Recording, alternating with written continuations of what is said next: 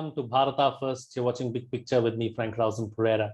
Since you're here, please like the video, subscribe, hit the bell icon, and share the video as well so that more people get to know about Bharata First. Do subscribe to our newsletter to get some incisive content. The Bharata First team runs several quizzes. You can participate in them and improve your knowledge. If you like our content, please contribute to keep it alive. A small contribution that you make will be a giant leap for us to keep bringing you this content. Let me also take this opportunity to inform you about Bharata First Knowledge Center. It's an initiative that will help each one of you in your competitive exams and transform the way you learn. Go to kc.bharatafirst.com for more details and register now. Experience a whole new way of gaining knowledge. Hundreds are already reaping the benefits of the Knowledge Center. Don't be left behind. Don't miss out. Register right now, as there's so much that we do at the Knowledge Center. All this information, along with some must-see recommendations, are in the description of this video. So please go through it. And now, on to the discussion. The Union Cabinet approved a big bang relief package for the stressed telecom sector that includes a 4-year break for companies from paying statutory dues, permission to share scarce airwaves, change in the definition of revenue on which levies are paid, and allowing 100% foreign investment through the automatic route. The measures, which aimed at providing relief to companies such as Vodafone Idea that have to pay thousands of crores in unprovisioned past statutory dues, also include the scrapping of spectrum usage charge for airways or other airwaves acquired in future auctions. It also provides telecom companies with an option to pay the interest amount arising due to the deferment of payment by way of equity. In this edition of Big Picture, we analyze the recently announced telecom sector reforms.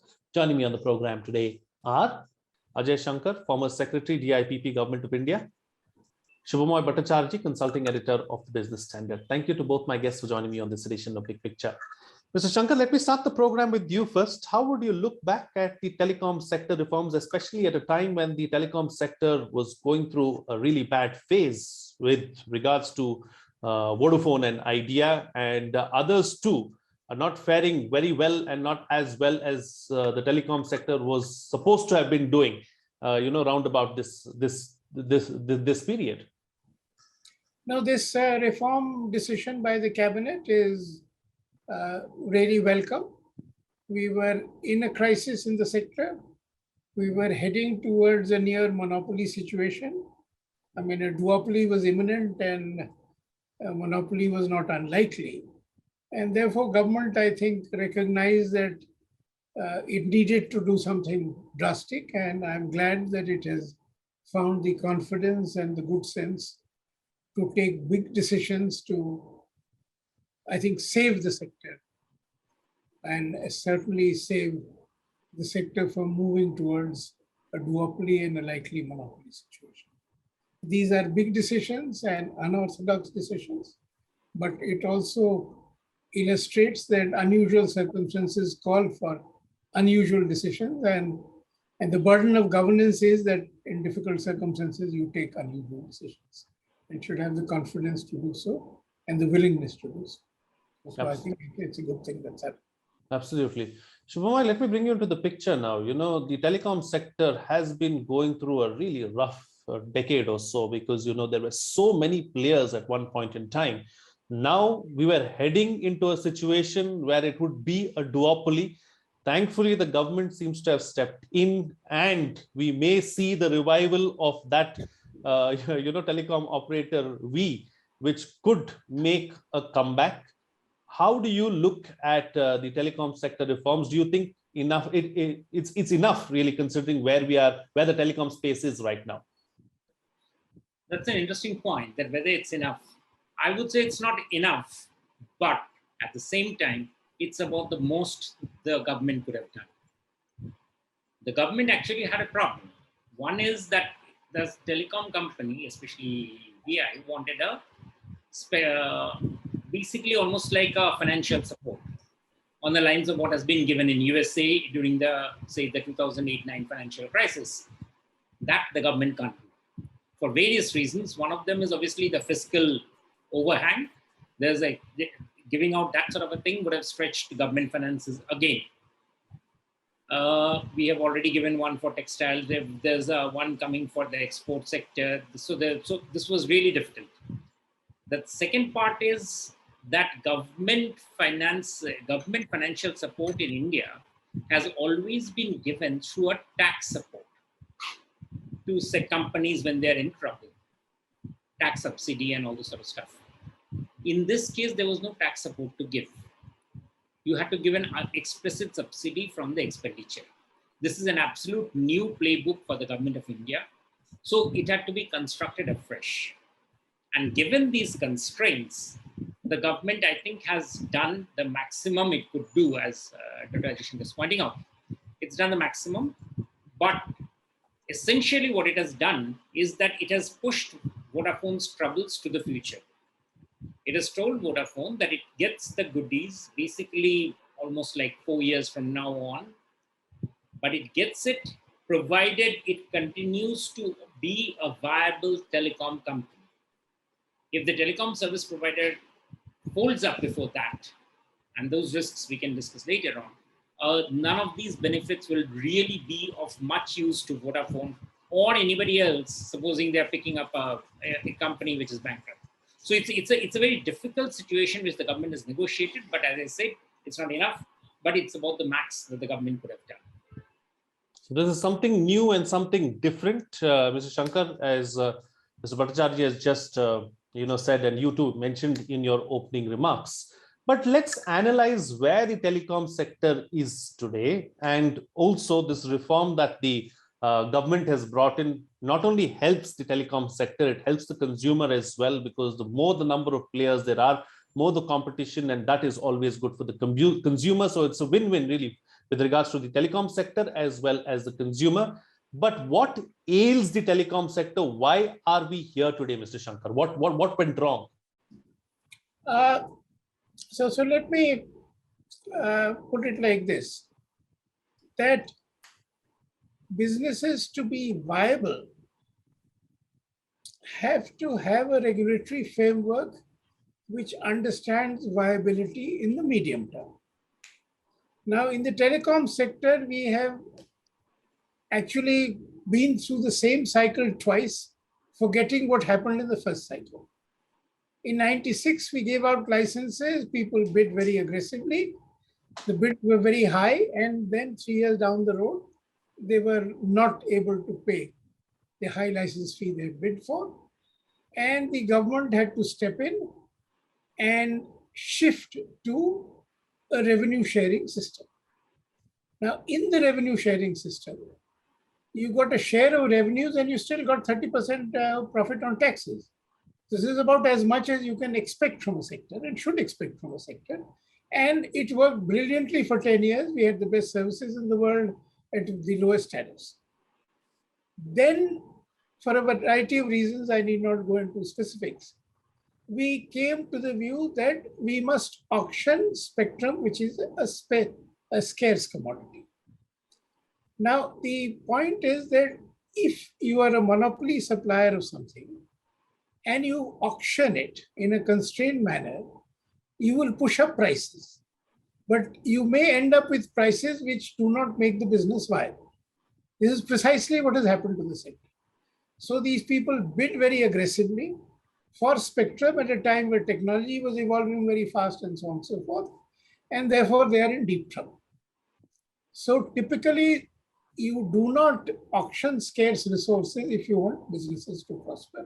It's much better to draw a lottery ticket or ration them in some other fair manner. Now, in the reform this side, one good decision that they have taken is that they have brought about some flexibility in the usage of spectrum so that actual operators can use spectrum optimally. Now, this is a change which many analysts have been arguing for a long time, that spectrum should be shared, so usage of spectrum gets maximized, and the operator pays in terms of what he uses. So that part of the big cabinet decision is a step in the right direction. The implementation details have to come out. and hopefully that will make it easier for telecom operators to run their operations with optimization of costs. Absolutely. But the key lesson is that governments have to think in the terms of the medium and long term. Price maximization, revenue maximization in the short run may not be the best thing to do. It can be counterproductive.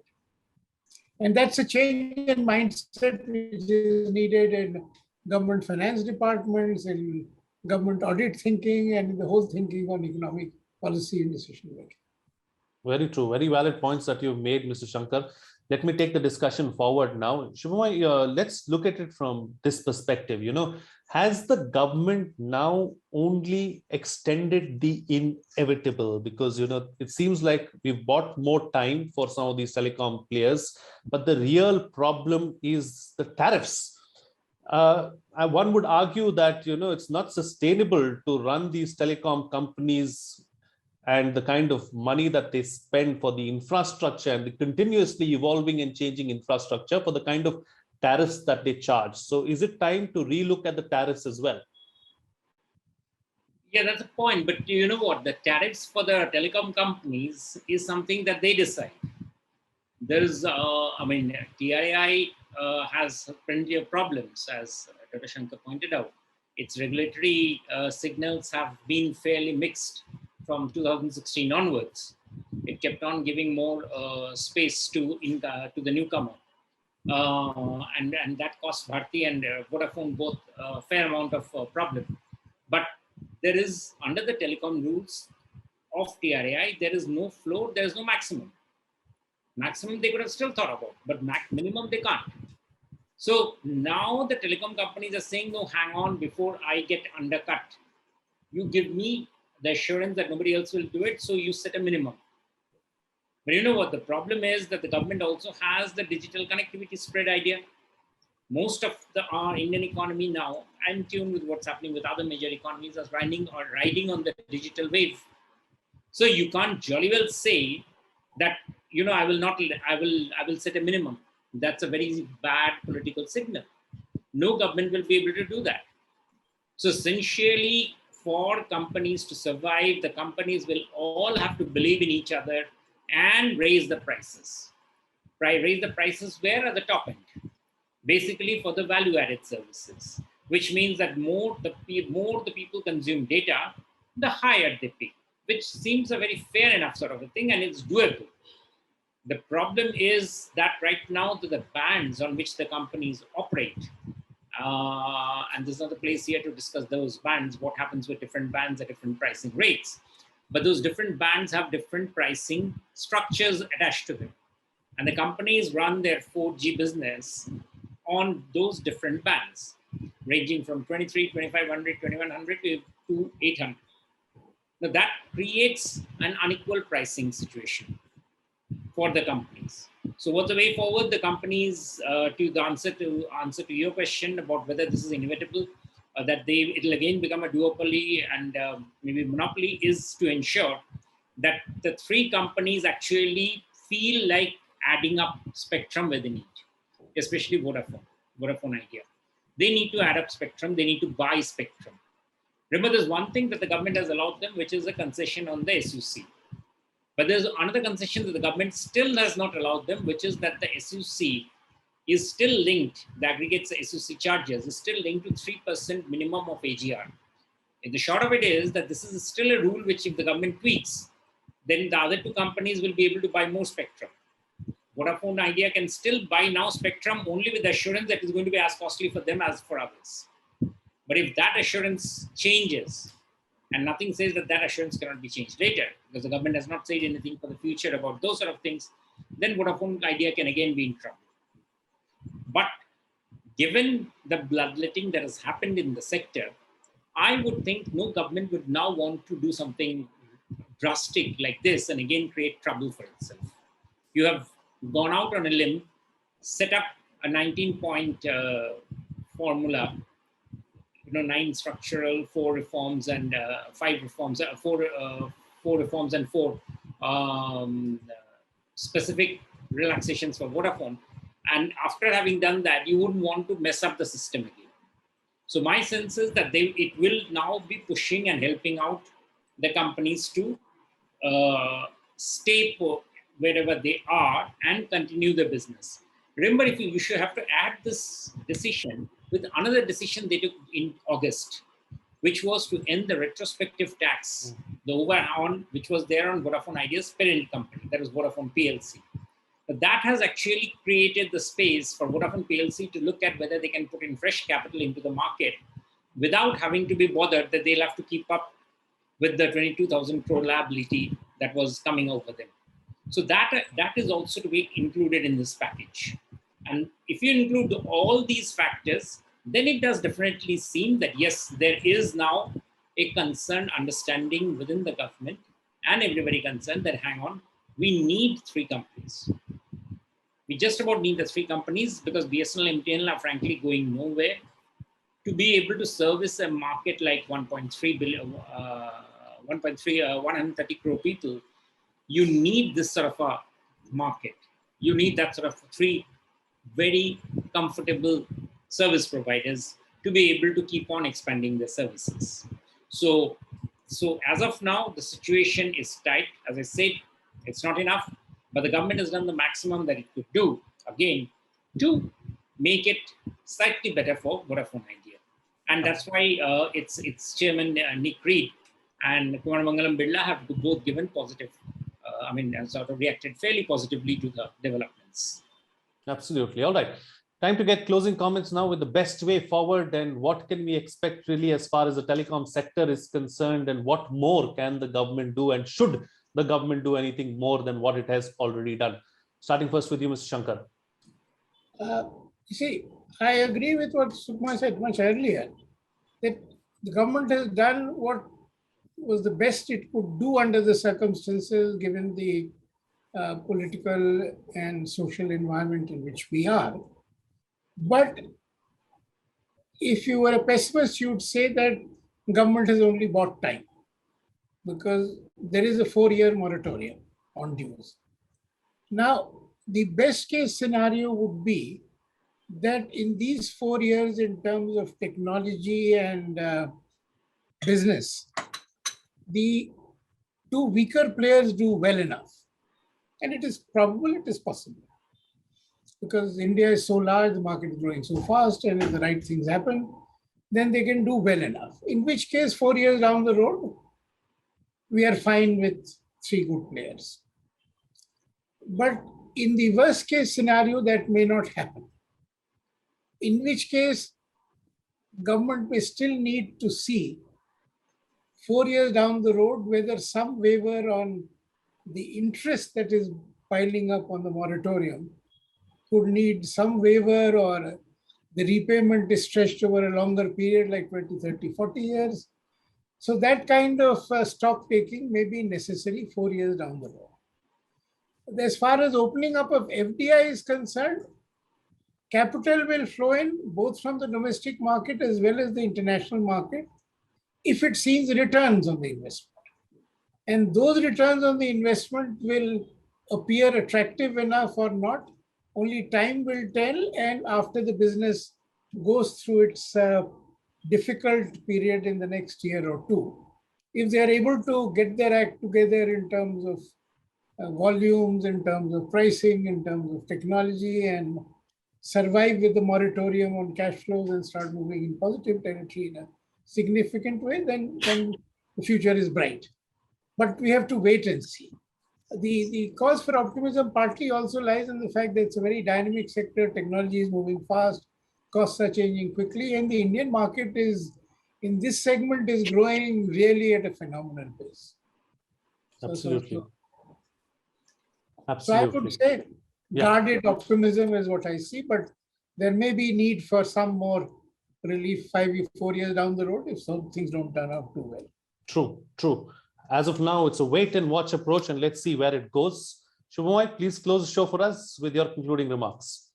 This was the best time for the relief to happen. Remember, India is also now planning to sign an FTA with UK. Vodafone is one of the most major constituencies there. And obviously, this is a very good strike while the iron is hot situation for Vodafone. So essentially, as you say, the stars are all on the right side. Let's see whether Vodafone can take advantage of the situation.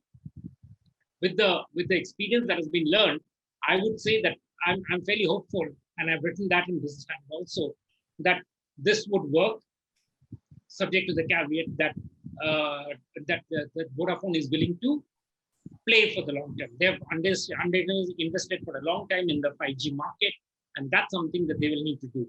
The customers would want service, and Vodafone would need to show that it has the range of offerings that it needs to offer to the market for the market to really expand its acceptance of Vodafone. Yeah, Rashid. Absolutely. All right. Thank you, gentlemen, for joining me on the program and sharing your views on this important subject and putting things into perspective for us. Well, what's coming out of this discussion is that the government has done the best in the present circumstances for the telecom sector. Textiles and exports have and will be given financial support. To do the same for a specific company like Vodafone Idea would have been difficult. In the past, the government has given tax support, but what the telecom sector has got is not a tax exemption, but something new and different. Some would argue that what the government has done is just bought time. But in the best case scenario, if this works, we will have 3 robust players in the next 5 to 7 years. And in the worst case scenario, the interest on moratorium will increase and the relief will have to be spread over 25 to 30 years. This is a good step and it should work provided Vodafone Idea wants it to happen. However, we should proceed with guarded optimism. Now, before I go, once again, let me remind you to like the video, subscribe, hit the bell icon, and share the video as well so that more people get to know about Bharata First. Do subscribe to our newsletter to get some incisive content. The Bharata First team runs several quizzes. You can participate in them and improve your knowledge. If you like our content, please contribute to keep it alive. A small contribution that you make will be a giant leap for you to keep bringing, for us to keep bringing you this content. Now, let me also inform you about Bharata First Knowledge Center. It's an initiative that will help each one of you in your competitive exams and transform the way you learn. Go to kc.bharatafirst.com for more details. Experience a whole new way of gaining knowledge. Hundreds are already reaping the benefits of the Knowledge Center. Don't be left behind. Don't miss out. Register right now because there's so much that we do here at the Knowledge Center. All this information along with some must-see recommendations are in the description of the video. Please go through it. That's it from me. See you again next time.